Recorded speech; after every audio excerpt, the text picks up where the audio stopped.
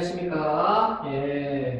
2024학년도 1학기가 이제 시작이 됐는데요. 저희 독학아님들의 새로운 영어 원장님을 모시게 되었습니다. 그래서 오늘 새롭게 오신 영어 원장님, 영어 선생님과 같이 여러 가지 좀 이야기를 나누도록 하겠습니다. 소개하는 자리를 되겠습니다. 자, 간단하게 인사 좀 부탁드릴까요? 네, 안녕하세요.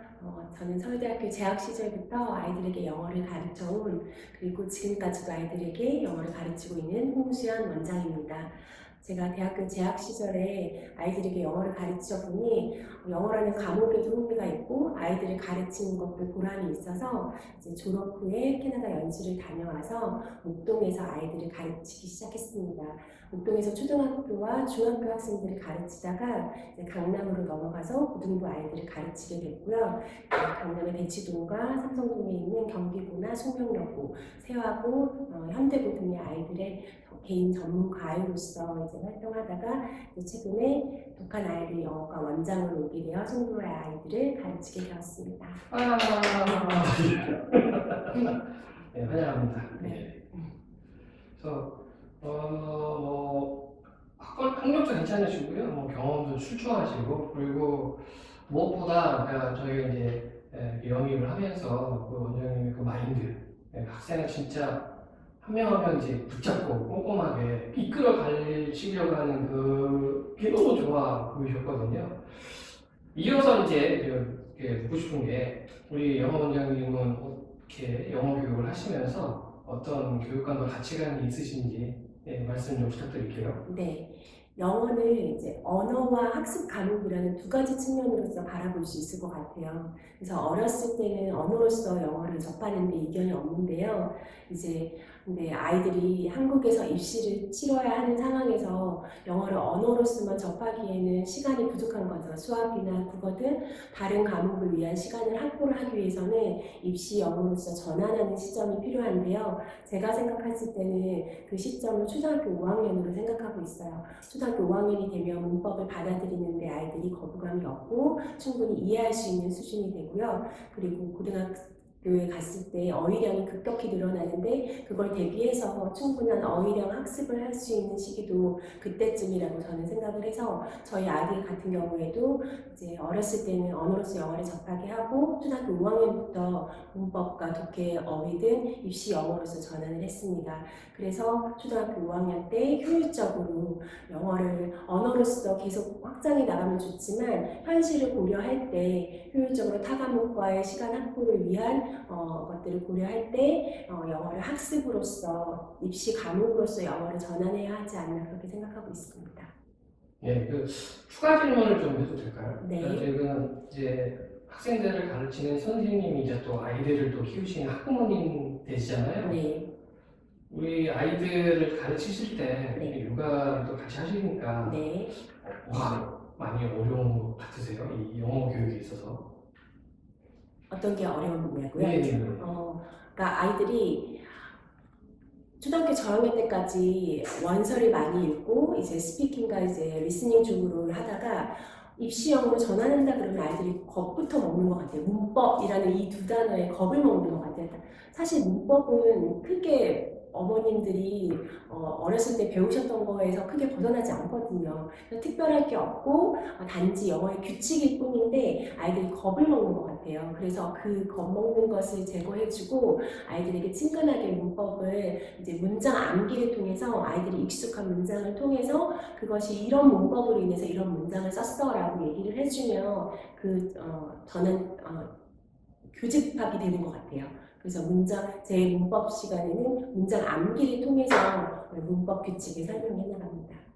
그러니까 저학년 때 이제 원서를 보면서 좀 이렇게 말도 좀 하고 좀 재미로 좀 접근을 하는데, 네, 맞습니다. 이제 입시 영어로 들어가면서 아이들이 좀 많이 학습으로 접하게 되니까, 네. 그것도 좀 비슷한 면이 있거든요. 그러니까 이게 뭐가 있냐면은 보통 어머님들이 초등학교 때 책을 많이 읽힙니다. 네. 책을 많이 읽히는데, 근데 그게 또 시기가 많이 떨어지는 게 아이들이 이제 머리가 점점 여물어가면서 지적 호기심과 어떤 그 탐구가 폭발하는 시기가 또 초등학교 시절이거든요. 책을 많이 봐요. 네. 중학교 올라가면은 이제 책하고 담을 쌓는 네. 되는데 그게 왜냐하면 이제 시험이라고 하는 그 과목으로 국어가 다가오기 때문에 네. 그러니까 지금 영 원장님 말씀하신 것처럼 이제 저학년 때 또 영어를 재미로 좀 이렇게 접근을 하는 것처럼 마찬가지로 네. 국어도 초등학교 때는 이제 국어가 어떤 재미, 지식을 쌓는 재미가 있었는데 이게 중학교 올라가서 이제 시험 과목이 되다 보니까 네. 여기서 좀 많이 괴리감이 생기거든요. 맞아요. 그런 면에서는 예, 국어든 영어든 좀 비슷한 것 같습니다. 그래서 네. 그 접점, 그 포인트를 어떻게 잡고서 우리 친구들을 시험의 세계로 네. 이끌어갈지 아마 거기에 우리 영어 원장님이 좀 강점이 있지 않을까 네. 싶거든요. 네. 그래서 그렇다면 이제 우리 영어 원장님 독한 영어 과정을 이제 꾸려가실 텐데 네. 독한 영어의 특징과 또 어떤 과정들이 있는지 예, 좀 소개 좀 부탁드리겠습니다. 네. 독한 영어는 수많은 아이들의 유형을 지켜본 영어 원장이 직접 강의를 합니다. 그래서 주 2회의 정기 수업과 주 1회의 클리닉을 통해서 강의와 개별 수업을 병행하는데요.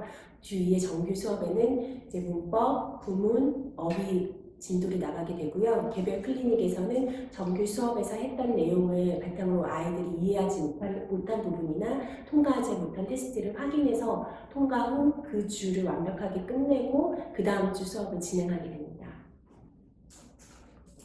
혹시 이게 학년별로 이렇게 과정이 있나요? 아니면은 이렇게 레벨업 과정이 또 따로 있나요? 네, 중학교는 A, B, C 단계로 오시면 레벨 테스트를 통해서 맞는 반에 배정이 되고요. 그래서 문법과 독해와 수준을 정해서 이제 진행이 되고 어휘 같은 경우에는 이제 제가 정해놓은 어휘 책 수준이 있어서 그 수준에 맞게 한 100개 정도 올 때마다 네, 암기하게 됩니다. 근데 어휘의 양을 어머님들 처음에는 100개 외운다고 하시면 놀라시거나 아이들도 힘들어해요. 힘들어하는 게 당연한데 처음부터 아이들한테 30개, 50개 외우라 그러면 100개로 나가기가 참 힘들거든요. 근데 처음에 100개를 외우라 그러면 50개는 외워봅니다. 그리고 나서 점점 적응하다 보면은 3, 4주 많이 걸려봐야 한 달이면 아이들이 100개 외우는데 적응을 하거든요. 그래서 아이들의 적응력이 좋기 때문에 어휘량을 중등 때 늘려놔야 고등학교에 갔을 때 가장 아이들이 힘들어하는 게 어휘거든요. 어휘의 양이 2~3배 이상 늘어나요. 그래서 중학교 때 A등급을 받던 아이들도 고등학교 가서 1, 2등급 받기가 힘들어지는 것이 어휘 양을 감당하지 못해서거든요. 고등학교 갔을 때 영어 단어만 암기하고 있을 수는 없잖아요. 그걸 중등 때 해결하고 가야 되기 때문에 중등 때 독해 문법만큼이나 어휘 암기가 중요하고 그걸 개별 클리닉을 통해서 확실하게 암기하고 넘어가게 하고 있습니다. 혹시 그 중고등 과정에서 그 내신 대비 단계가 있을까요? 이제 내신은 보통 교과서 외부 지문이 있는데 교과서 같은 경우는 전체적으로 내용 파악과 그다음에 어법 문제 그런 것들을 해결하고 외부 지문도 마찬가지고요. 그다음에 서술형이 나오는 이제 학교 같은 경우에는 주요 구문이 있는 문장들을 암기를 시켜서 이제 서술형을 대비하게 돼요.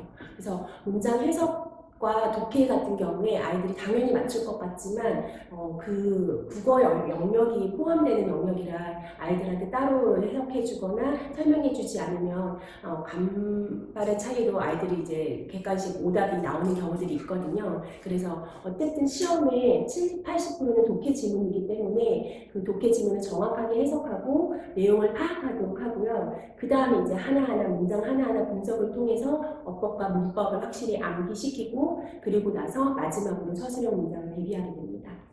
유형풀이도 이제 마찬가지로 이제 하시겠죠? 네네 맞습니다. 근데 국어도 마찬가지로 그러니까 학생들이 영어보다는 국어를 조금 등한시하는 이유 중에 하나가 국어는 우리말이니까 해서 조금 쉽게 생각해요. 그런데 저는 이제 그런 친구들한테 항상 이렇게 얘기를 해요. 야, 손흥민이 그 프리킥을 차려고 수천 번, 수만 번의 그 폼 자세를 갈아듣는데 야, 너는 국어 공부를 함에 있어서 우리말이라고 해가지고 한두 번 보고 시험을 본다? 말도 안 된다. 그러니까 이것도 어떻게 보면은 그러니까 운동 그쪽으로 말을 하자면은 자세를 잡아가는 거잖아요. 마찬가지로 공부는 이제 비슷하게 이제 폼을 끌어올려야 되는 것 같고요. 그리고 이제 영어도 마찬가지로 이제 그런 단계로 우리 친구들 좀 생각을 하고 물론 이제 국어보다는 영어가 외울 게 많죠. 우리말이 아니다 보니까 그러니까 그거를 지겹다고 생각하는 것이 아니라 내가 그런 단계를 거쳐가면서 내가 영어의 폼을 완성해 나가고 있구나 이렇게 좀 생각을 하는 게 좋을 것 같고 그런 친구들이 또 성적이 많이 좋을 것 같습니다. 네. 하나 더 궁금한 게 있는데요, 원장님. 5등급 미만 친구들도 이렇게 2, 3등급을 맞을 수 있을까요? 맞을 수 있습니다. 아, 근데 그 친구들은 네. 우선은 첫 번째 어휘가 문제예요. 대부분이. 어휘만 알아도 웬만한 해석이 되거든요. 그리고 나서 2등급 이상을 가려면 이제 문법과 독해가 되긴 해야 되지만 5등급에서 3등급까지 오는 데는 어휘만으로도 충분히 해결이 될 수 있는데 그 친구들 대부분이 어휘 수준이 중등 수준이 안 돼요. 그래서 근데 고등 수준의 단어를 외우고 있거든요. 기본적으로 나오는 단어들은 모르는데 나올까 말까 하는 단어들을 외우고 있어요. 그렇기 때문에 공부 방향을 정확하게 제시해주고 적절한 단어를 외우게 한 다음에 수준에 맞게 공부하는 게 그 아이들한테 필요하고 무조건 고등학생이라고 해서 고등 수준의 영어를 공부하는 것이 아니라 그 아이에게 필요한 기본 영어를 해결하고 가는 것이 오히려 지름길이라고 할 수 있습니다. 네, 맞습니다. 예. 그러니까 국어도 뭐 같은 언어다 보니까 이제 중등 때 공부 안 한 친구들이 고등 와서 바로 1, 2등급 딸 수는 없거든요. 네. 그러니까 5등급 미만 친구들한테도 저는 이제 영어 원장님 말씀하신 것처럼 기초를 먼저 항상 얘기를 하고 있고 중등 단계가 돼야지 그다음에 고등 단계를 가는데 네. 중등 지문도 못 읽는 친구한테 고등 비문학 지문을 너무 읽어봐 안 되거든요. 예. 물론 저희가 제시하는 저희 이제 뭐 국어도 마찬가지지만 영어도 이제 나름의 커리큘럼이 있을 테고 단계가 있을 거예요. 네. 그거를 따라오는 친구들은 당연히 뭐 선생님 이상, 2등급 이상도 노력을 수는 있겠죠. 근데 이제 그거를 얼마만큼 효율적으로 가르치느냐, 아마 그건 우리 원장님의 노하우이지 않을까라는 생각이 듭니다. 그래서 이렇게 좀 여쭤봤고요. 이제 합류를 하시게 되는데 앞으로 어떻게 방향성이랄지 그런 걸 좀 간략하게 말씀해 주시면 네, 감사하겠습니다. 네. 저도 아이가 중학생과 초등학생이 있는데요. 요즘 아이들 공부할 게 너무 많잖아요. 영어만 공부할 수 없다는 걸 알고 있는 영어 선생님이어서 이제 영어를 효율적으로 공부하도록 저는 이제 저희 아이들에게도 시키는데 저희 학원에 오는 학생들에게도 영어를 공부하는 데 있어서 중요 단어 먼저 외우고 그 다음 단어들을 외우게 하는 거지. 아이들이 나올까 말까한 이제 중요치 않은 빈출 빈도가 높지 않은 단어들부터 외운다거나 독해 지문을 보더라도 질이 좋은 독해 지문을 읽는 것과 그렇지 않은 독해 지문을 공부하는 것, 그 다음에 독해 문제도 좋은 문제들을 공부하는 것과 그렇지 않은 지저분한 문제 유형을 공부하는 거는 분명히 똑같이 공부를 해도 결과에 있어서는 차이가 생길 수밖에 없거든요. 좋은 커리큘럼과 좋은 교재를 선정하여 경력 있는 제가 가르치면 분명히 아이들이 좋은 성과가 나타날 거라고 생각합니다. 그래서 효율적이고 체계적으로 영어를 가르치도록 하겠습니다. 그냥 풀이도 당연히 해주시는 거죠? 네네. 저도 가끔 가다 이제 친구들한테 영어 물어보거든요. 네. 야, 너 전치사가 뭐야? 전치사를 뭔지도 모르는데 왜 맞아요. 전치사가 뭐니? 물어보면 in, at, or 뭐 이런 거 그건 알겠는데 전치사가 무슨 뜻이야? 그 말을 몰라요. 네. 그걸 모르고는 외우는 거예요. 네. 그래서 하나 추가로 얘기하면 제 문법 수업의 특징은 아이들이 문법 수업을 듣고 바로 백지노트를 씁니다. 백지노트는 이제 빈 종이에 한마디로 그날 배운 문법을 스스로 적어보는 건데요.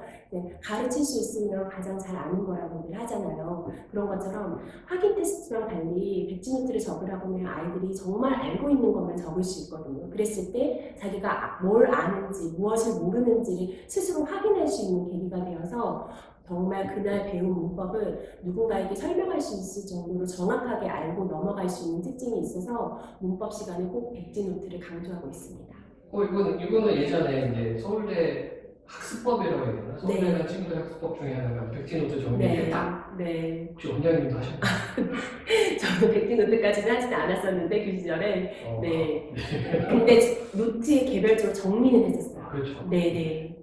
필기가 굉장히 중요하고 네. 필기는 책에다가 수업 시간에 하는 필기가 아닙니다. 그건 메모고 요거를 가져가서 자기가 뭐 백지든 아니면 자기 노트든 간에 그날 배운 것을 자기 말을 풀어서 정리해주는 과정이 필요할 것 같아요. 이게 복습이거든요. 맞습니다. 이건 뭐 국어든 영어든 수학이든 과학이든 이런 과정을 거쳐서 자기 것을 만들어야지 다음 단계로 나아갈 수 있는 디딤돌을 만들 수 있다는 점, 그거는 뭐 모든 과목 다 똑같을 것 같습니다. 이렇게 좀 이렇게 짤막하게 저희 이제 새롭게 합류하신 이제 영어 원장님과 같이 말씀을 나눴는데요. 혹시 더 이렇게 하시고 싶은 말씀 있으신가요? 네. 마지막으로 인사드리면 독한 아이들에서 새롭게 시작하는 만큼 제가 처음 강사 시절을 시작했을 때 그 열정으로 아이들을 가르치고 싶은 마음입니다. 저희 아이들에게 가르치듯이 똑같이 저희 학원 아이들에게 가르치겠습니다. 믿고 보내주시면 고등 1등급 문제 없습니다. 네, 그러면 저희 이제 새롭게 영입하신 원영호 원장님 많이 관심 부탁드리고요. 진짜 열정 대단하신 분입니다. 믿고 맡겨주시면 끝까지 책임지도록 하겠습니다. 자, 지금까지 새롭게 합류하신 원영호 원장님과 같이 인사드렸습니다. 감사합니다.